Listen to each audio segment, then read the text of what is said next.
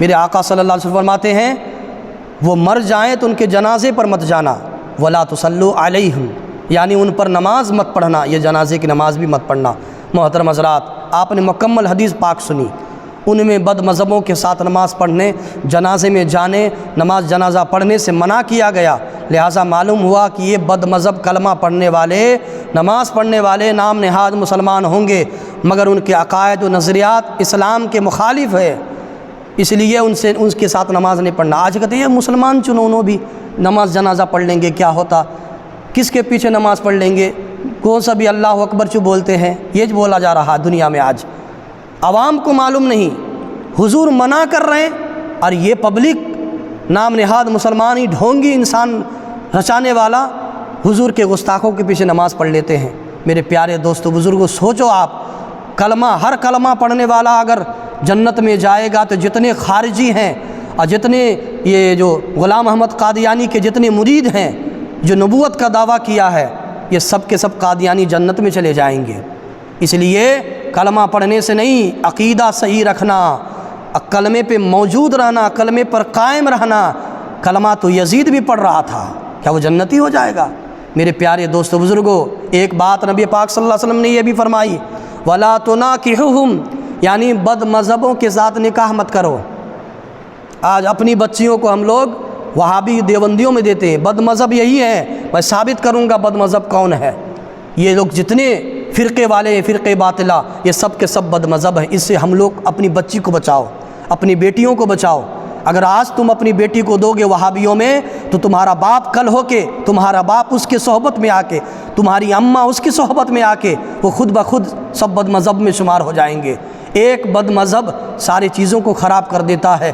خدا کی قسم، جب ایک کسی دروازے میں کیڑا لگ جائے تو ایک کے ذریعے دھیرے دھیرے وہ کیڑا 1000 کیڑے ہو جاتے ہیں، پورا دروازہ کھا کر برباد کر دیتی ہے وہ کیڑے۔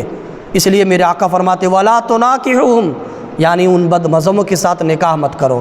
معلوم ہوا بد مذہبوں کو نہ اپنی بیٹی دی جائے، نہ ہی ان کی بیٹی لی جائے۔ اپنی بیٹی دینا بھی نہیں اور لینا بھی نہیں۔ ہم سمجھتے ہیں انہیں لائب اسلام میں سنی بنا دیں گے، کیا سنی بناؤں گے؟ اس کے دل کو نہیں بدلا سکتے، اس کو کتنا بھی بیان بولو پر اس کا دل نہیں بدلے گا، اس لیے کہ بد مذہب کے دل پر اللہ نے مہر لگا دی ہے، وہ کبھی بدل نہیں سکتا۔ نہ اس کو بیٹی دی جائے نہ بیٹی لی جائے، نہ اس سے رشتہ نہ ہمارا اس سے رشتہ کوئی۔ بد مذہبوں کو بیٹی دینے کے متعلق سرور کائنات نور مجسم صلی اللہ علیہ وسلم نے دل ہلانے والا حکم ارشاد فرمایا۔ حدیث پاک سماعت فرمائیں، سنن ابن ماجہ ابواب النکاح میں یہ حدیث نقل ہے۔ کائنات کے نبی صلی اللہ علیہ وسلم نے ارشاد فرمایا، تم میں سے کسی کو یہ پسند ہے اس کی بیٹی یا بہن یا کسی کتے کے نیچے بچھے تم اسے برا جانو گے؟ یہ میرے آقا فرما رہے ہیں، اس کی بیٹی یا بہن کسی کتے کے نیچے بچھے تم اسے برا جانو گے؟ محترم حضرات، بد مذہبوں کو اپنی بیٹیاں دینا یا ان کی بیٹیاں لینا سخت منع ہے۔ اس کا سب سے بڑا نقصان یہ ہوتا کہ نسل پورا برباد ہو جاتی، جتنی اولادیں ہوں گی وہ سب کے سب بد مذہب میں سب چلے جائیں گے۔ لہٰذا کوشش کریں جب بھی آپ کی بیٹی کا رشتہ آئے، تنخواہ، عمر، تعلیم کے ساتھ ساتھ عقیدہ بھی ضرور پوچھنا۔ ہم لوگ ایجوکیشن پوچھتے ہیں، تعلیم پوچھتے ہیں، کیا بچہ پڑھا ہوا ہے، کیسا ہے، عمر پوچھتے ہیں، ایج کتنا ہے، کتنے سال کا ہے، رشتے کیسے ہیں، ابا کون خاندان کام کرتے ہیں، اماں کیا کرتی ہے، بہن کیا کرتی ہے، سسرے کیا کرتی ہے، سب پوچھتے ہیں۔ اور ان سے یہ بات پوچھنے میں ہماری قوم کو شرم آتی کیا کہ میرے آقا کا وفادار ہے یا غدار ہے؟ تو پوچھ نہیں سکتا اپنی بیٹی کو نکاح دیتے اس ٹائم، کوئی نہیں پوچھتا۔ ہم تنخواہ پوچھتے، کتنا سیلری ہے، 1 لاکھ، ماشاءاللہ بیٹی کو دے دو، چاہے وہ کتنا بڑا بھی بد مذہب ہو، کتنا بڑا بھی نبی کا گستاخ ہو۔ ہم اپنی بیٹی کو خوش رکھنا چاہتے، کیا خوش رہے گا؟ یہاں خوش رکھو گے یا تمہاری بیٹی تو ابھی سنی ہے، اہل اسلام میں ہے، اہل کلمہ والی ہے، ایمان والی ہے، اگر وہ چلی گئی اس کے اندر، تم تنخواہ دے کے اگر بیٹی کو دے دیے تو بعد میں تمہاری بچی وہ بھی منافقوں میں شمار ہو جائے گی۔ جو طریقہ وہ کرے گا اس کا شوہر اپنی بیوی کو حکم دے گا، وہی کر دے گی۔ میرے پیارے دوستو، میری ماں بہنیں، رشتے آئیں تو تنخواہ، عمر، تعلیم کے ساتھ ساتھ، آپ کے گھر کے ساتھ ساتھ، اس کے خاندان کے ساتھ ساتھ یہ بھی پوچھا جانا کہ بس میلاد کا نام سن کر پوچھنا، میلاد کرنے والے ہو، آقا کا میلاد النبی منانے والے ہو کہ نہیں ہو، اگر میلاد کا نام سن کر لڑکے کا چہرہ کھل جائے تو سمجھ جانا آقا کا وفادار ہے، اگر لڑکے کا منہ مرجھا جائے، منہ نیچے ہو جائے تو سمجھ جانا نبی کا غدار ہے، اس کے پاس اپنی بیٹی کو مت دینا، اگر خوش ہو جائے تو سمجھ جانا اہل اسلام محبت رسول والا ہے۔ مگر افسوس کہ ہم لڑکے سے عمر، تنخواہ، تعلیم تو پوچھتے ہیں، مگر بنیادی چیز اس کا عقیدہ نہیں پوچھتے، ہم لوگ عقیدہ نہیں پوچھتے ہیں۔ اللہ تعالی ہم پر رحم فرمائے۔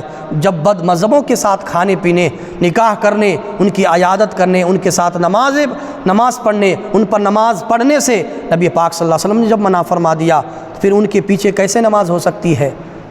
اگر یہ کوئی کہتا ہے کہ نماز اللہ تعالیٰ کے لیے ہے، رکوع اللہ تعالیٰ کے لیے، سجدے اللہ تعالیٰ کے لیے کیے جاتے ہیں، پھر بد مذہبوں کے پیچھے نماز پڑھنے میں کوئی حرج نہیں۔ یہ لوگ کہتے ہیں بھائی نماز تو ہمیں اللہ کے واسطے پڑھتے ہیں نا، سورہ فاتحہ تمہیں بھی پڑھتے، سورہ فاتحہ نو بھی پڑھتے ہیں، فرق کیا ہے؟ وہی سجدہ، وہی رکوع، وہی اتحیات، وہی درود ابراہیم، پھر غلطی کیا ہے بھائی؟ اس کے پیچھے کہیں نماز نہیں پڑھنا کوئی حرج نہیں، یہ کہتے ہیں۔ لیکن میرا جواب سنو، ان کا سیدھا سا جواب یہ ہے کہ بے شک نماز، رکوع، سجدہ سب اللہ تعالیٰ کے لیے ہے، مگر با جماعت نماز میں ہم یہ الفاظ کہتے ہیں تابع اس امام کے، بولتے کہ نہیں بولتے؟ تابع امام کے، مطلب اس امام کے اپنی نماز اپنے امام کے سپرد کر دیتے ہیں، اپنی نماز کو امام کے حوالے کرتے ہیں۔ اب خود فیصلہ کرو، کوئی عقل مند بے ادب گستاخ بد مذہب امام کے سپرد اپنی نمازیں کرے گا، کیا اس کی نماز ہوگی؟ اکیلا نماز اور ہے، لیکن ہم کہتے ہیں نماز امام کے پیچھے، تابع امام کے، یعنی سارا معاملہ امام کے اوپر آ گیا، اب تو اپنی نماز کو گستاخی رسول کے حوالے کریں گے؟ اس کا یہی جواب ہے۔ لوگ سمجھتے ہیں کئی بھی مسجد کو، سبھی مسجد اللہ کا گھر چنا۔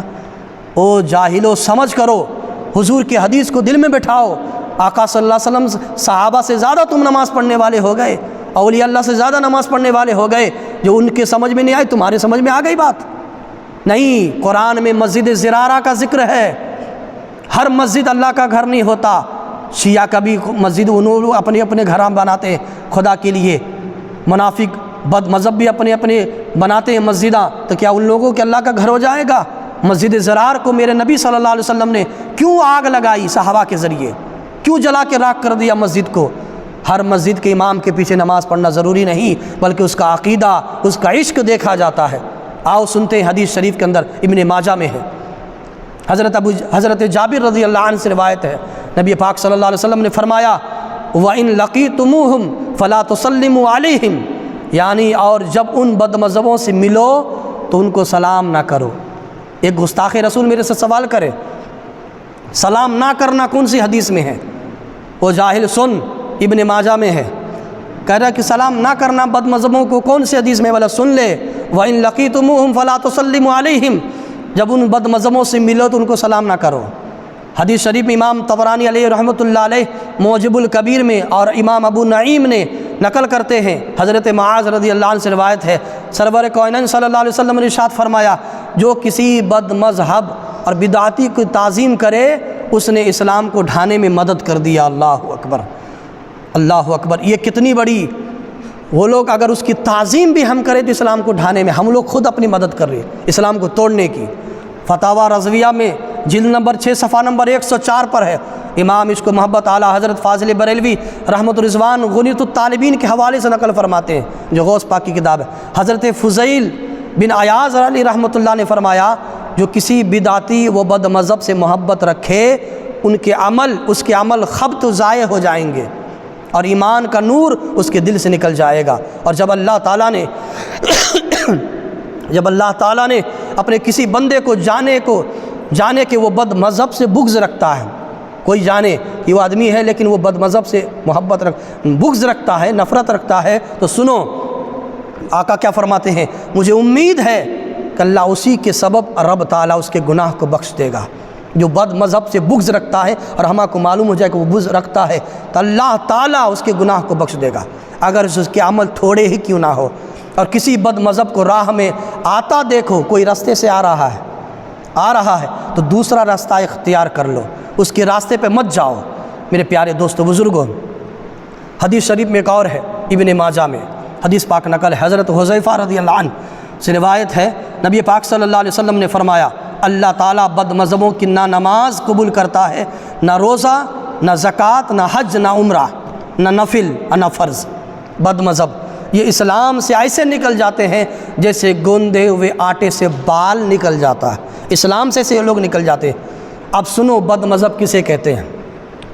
اہل سنت والجماعت سنی، حنفی، بریلوی کے علاوہ تمام ہی فرقے بد مذہب اور بد عقیدہ ہیں، اہل سنت کے علاوہ۔ آپ خود ہی ان فرقوں کا جائزہ لیں تو یہ نتیجہ تمہارے سامنے نظر آتا۔ یہ منہ میں سے خود بول دیتا، اس کا منہ جو بتاتا یہ کالا دھبا والا ہے، اس کی شکل ہی بتا دیتی یہ گستاخ رسول ہے۔ میرے پیارے دوستو، نماز پڑھنے سے چہرے پہ نور آتا، نہ کہ چہرے کا نور جاتا، یہ کہ چہرے پہ نور ہی چل جاتا ہے۔ یہ اہل سنت کے سوا تمام جتنے فرقے ہیں دنیا میں، نبی کیا فرمائے؟ 70 پہ 3 جماعتیں آئے گی، صرف ایک ہی جماعت، الا ملت واحدہ، ایک جماعت جائے گی جنت، باقی کلہم فی النار، سب کے سب جہنم میں جائیں گے، ایک ہی جائے گا جنت۔ تو میرے نبی صلی اللہ علیہ وسلم فرمایا اہل سنت کے سوا تمام ہی فرقے بد مذہب بد عقیدہ ہے۔ خود آپ تمہارے سامنے نتیجے ظاہر آئیں گے۔ کوئی فرقہ نبی پاک صلی اللہ علیہ وسلم کی شان میں بے ادبی کرتا نظر آئے گا تمہارے سامنے، کوئی صحابہ کرام کو گالیاں دیتا نظر آ رہا ہے، کوئی اہل بیت اطہار کے اپنے دل میں بغض رکھے نظر آ رہا ہے، کوئی حسینیت کے مقابلے میں یزیدیت کو درجہ دے رہا ہے، حسین کو نیچے کر کے اور یزید کو اونچا بول رہا ہے، کوئی ائمہ اربعہ، امام اعظم ابو حنیفہ، امام شافعی، امام مالک اور امام احمد بن حنبل رحمہ اللہ کی مخالفت کرتا نظر آ رہا ہے۔ چاروں امام میں سے کوئی ایک کو برا بولتا ہے، کوئی 3 کو مانتا ہے، کوئی 3 کو مانتا ہے تو ایک کو برا بول رہا ہے۔ ایسے لائنگ ہمارے نظر آئیں گے، لیکن الحمدللہ ہم وارثی ہیں ماشاءاللہ، لیکن ہم وارثی سلسلے سے ہیں، پر ہمارے دل میں امام عشق و محبت کی محبت ہے، ہم مسلک اعلیٰ حضرت پہ قائم ہیں۔ امام شافعی، امام مالک، امام احمد بن حنبل کی مخالفت کرتا نظر آئے گا یہ جتنی فرقے ہیں۔ کوئی ختم نبوت کا منکر نظر آئے گا، کہہ رہا نبی کے بعد کوئی اور نبی آ سکتا، معاذ اللہ ثم معاذ اللہ۔ کوئی حدیث کا منکر نظر آئے گا، کوئی اپنی نیچر کے مطابق دین کو چلا رہا ہے، اسلام کو چلا رہا ہے، کوئی حدیث کا منکر۔ ہمیں ان سب سے دور بھاگنا ہے، دور رہنا ہے۔ ان کی صحبت، ان کی دوستی، ان کی تبلیغ، ان کی میٹھی میٹھی باتیں ہمارے لیے زہر قاتل ہے۔ میٹھی زبان بول کے لوگوں کی ایمان کو چرا لیتے ہیں۔ اعلیٰ حضرت فرماتے ہیں سونا جنگل رات اندھیری، چھائی بدلی کالی ہے، سونے والو جاگتے رہیو چوروں کی رکھوالی ہے۔ ہمارا حال یہ ہے، اگر کوئی ہماری مخالفت کرے، ہمارے متعلق غلط باتیں کرے، ہم پر عیب لگائیں تو ہم اتنے سخت ہو جاتے ہیں، نفرت کرتے ہیں ہمارے بارے میں، کون تو بولے تو اس کی طرف دیکھتے بھی نہیں ہیں۔ ملاقات تو دور کی بات ہے، ملنے تو دور کی بات۔ جب میرے نبی پاک صلی اللہ علیہ وسلم کے بے ادبوں کی بات آتی ہے، جب گستاخ صحابہ کی بات آتی ہے، گستاخ اولیاء کی بات آتی ہے، تو ان کے لیے بڑے بڑے نرم ہو جاتے ہیں ہم لوگ، ان سے ہنستے ہوئے کھلکھلاتے ہوئے ملتے ہیں، گفتگو کرتے ہیں، بات کرتے ہیں، حتیٰ کہ ہاتھ ملانے کے ساتھ ساتھ گلے ملنے سے بھی گریز نہیں کرتے، لوگ مل لیتے ہیں۔ کیا ہوا؟ اللہ کا بندے چنا، چہرے پہ داڑھی ہے، سر پہ ٹوپی، مسلمان ہے، ہم سمجھتے ہیں۔ جاہلوں کو کیا پتہ؟ تم منڈی جاتے ہو، اپنے پیسے کو بار بار دیکھتے ہو کہ کھوٹا ہوا ہے، پھٹا ہوا ہے، سبزی کو دیکھتے بار بار کہ اچھا ہے کہ خراب ہے، اس میں اتنا معاملے میں تم لوگ اتنے سخت ہیں، اور پھر ہم نبی کی محبت میں اتنے ہم لوگ بھول جاتے ہیں سارے رشتوں کو۔ اللہ اکبر، افسوس ہے ہم پر اپنی باری، اپنی ذات کے متعلق اتنی سختی، اور بد مذہبوں کے متعلق اتنا نرم گوشہ۔ کیا یہ ایمان ہی کمزور نہیں ہے؟ بے شک یہ ایمان کی کمزوری ہے جو بد مذہبوں سے ملتے ہوئے، ہنستے ہوئے، کھیلتے ہوئے ان سے گلے ملتے ہیں۔ مشہور مثال ہے، کیا؟ دشمن دشمن ہوتا ہے اور دشمن کا دوست بھی دشمن ہوتا ہے۔ مطلب یہ کہ بد مذہب تو دین کے دشمن ہے، ان کے دوست بھی دین کے دشمن ہے۔ صرف اتنا سمجھ لیں کہ جو نبی پاک صلی اللہ علیہ وسلم کا وفادار نہیں، جو صحابہ کرام کا وفادار نہیں، جو اہل بیت اطہار حسنین کریمین کا وفادار نہیں، جو ائمہ اربعہ کا وفادار نہیں، جو اولیاء اللہ کا وفادار نہیں، وہ کبھی ہمارا وفادار، ہمارا خیر خواہ اور ہمارا دوست نہیں بن سکتا، کبھی بھی ہمارا دوست نہیں بن سکتا۔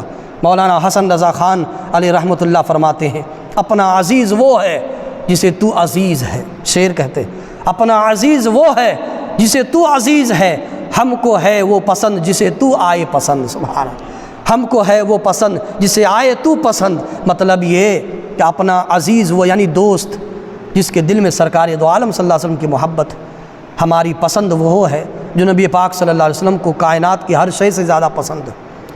نبی کو پسند نہیں، نبی سے محبت نہیں، ماں باپ کو گالی دیے تو 4 مہینے بات نہیں کرتے ہم، نہیں میرے اماں بابا گالی دیا ہے، میرے بھائی کو گالی دیا ہے، اور یہاں نبی کو اتنی بڑی بڑی باتیں بول رہے ہیں لوگ، اور کہتے کہاں ہے؟ بیٹھو تو تم اہل سنت کے علماء کے پاس، تو پتہ چلے گا سارا ان لوگوں کا چٹھا کھل جائے گا۔ ہم بیٹھتے نہیں ہیں، معلوم کرتے نہیں، اور ہم لوگ اپنے حق میں ہم ہی حق بھی ہیں، اور ہم کہتے ہیں ہم ہی صحیح فیصلہ کریں گے۔ اللہ آج کل جاہل فیصلہ کرنے لگے۔ پیارے دوستو، حضور کی محبت کائنات کی ہر چیز سے زیادہ ہونی چاہیے۔ حضور فرماتے ہیں تم اس وقت تک مومن نہیں ہو سکتے جب تک کہ تمہارے نزدیک تمہارے ماں باپ، تمہارے رشتہ دار، تمہارے کنبے والے، ان سے زیادہ میری محبت نہیں تو تم کامل مومن نہیں بن سکتے۔ اللہ شعر کہتے ہیں نبی سے جو ہوگا بیگانہ اسے دل سے جدا کر دے، نبی سے جو ہو بیگانہ اسے دل سے جدا کر دے، پدر مادر برادر جان و مال ان پر فدا کر دے، مال جان اولاد سب نبی پر قربان کر دو۔ اس لیے بد مذہبوں سے رشتہ مت رکھنا۔